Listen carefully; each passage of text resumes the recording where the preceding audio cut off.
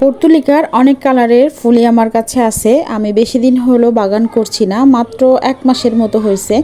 এতে অনেক কিছু গাছ লাগিয়ে বাগানটাকে পরিপূর্ণ করে ফেলেছি। আস্তে আস্তে আরও লাগাবো। আর এখন যেহেতু পর্তুলিকার সিজনটা প্রায় শেষের দিকে, তাই আর বেশি বাড়াতেও পারিনি। 4 কালারের মতো এখানে গাছ আছে এই টবের মধ্যে। তো আমি হচ্ছে কিছু কিছু গাছ হ্যান্ড পলিনেশন করার কারণে আমার কিছু কিছু ফুল, যেমন গোলাপি আর হচ্ছে সাদা মিলে কিছু ফুল হয়েছে। আমি দেখেছি আগামী বছর অন্তত এই এরকম করে অনেক রকমের ফুলের বানিয়ে ফেলবো, কালারটা আর কি। তো এবার তো শেষের দিকে, এখন কিছু করার নেই, আস্তে আস্তে এবছর শেষ হয়ে যাবে ফুল। তো আমার অনেক অনেক জায়গায় কিছু কিছু টবের ফাঁকা ফাঁকা অংশে আমি কিছু কিছু পর্তুলিকা লাগিয়ে দিয়েছি।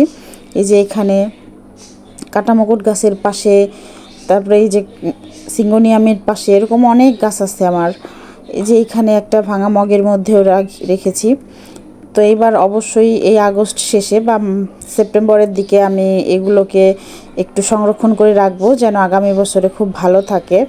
আমার অনেক অনেক গাছ লাগানো ছিল, অনেক ফুলও পেয়েছি এবার। আর এই পর্তুলিকা দিয়েই আমি ফেসবুকে কিন্তু খুব ভালো ভিউ পেয়েছি।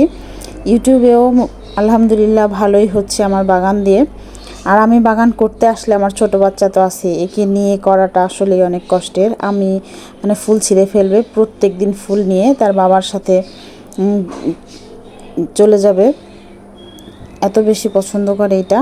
এই যে এখানে দেখুন একটা ফুলের এই যে পাশের সাইডটা একটু সাদা সাদা পিঙ্কের মধ্যে আসছে। তো এটা কিন্তু হ্যান্ড পলিনেশন করা ছিল। তো এই দিক দিয়ে অনেক ঝুলন্ত গাছই ছিল, যেহেতু বেশি সময় পাইনি তাই ঝোপালো করতে পারিনি। আর এখন যেহেতু শেষ সময়, আমি এটা যখন সংরক্ষণ করে রাখবো তখন অবশ্যই আমি সেগুলো ভিডিও করে শেয়ার করব কিভাবে সংরক্ষণ করলাম।